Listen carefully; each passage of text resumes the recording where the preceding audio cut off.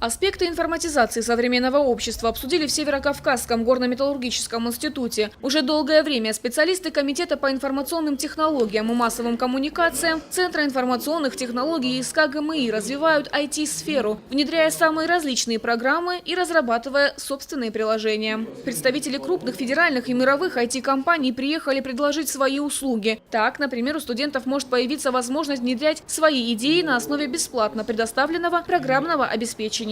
Также эксперты обсудили вопросы защиты информации в органах государственной власти, системы виртуализации и создания инженерно-консультационных центров в вузах республики. Их деятельность будет охватывать весь спектр проектно-изыскательных работ, услуги по подготовке и сопровождению строительства объектов, а также их эксплуатации, консалтинговые и иные услуги. Я считаю, что это необходимо нашей республике, потому что именно процесс движения вперед позволит нам в дальнейшем оптимизировать наши информационные системы. В итоге это однозначно положительно скажется на нас всех с вами, на потребителях.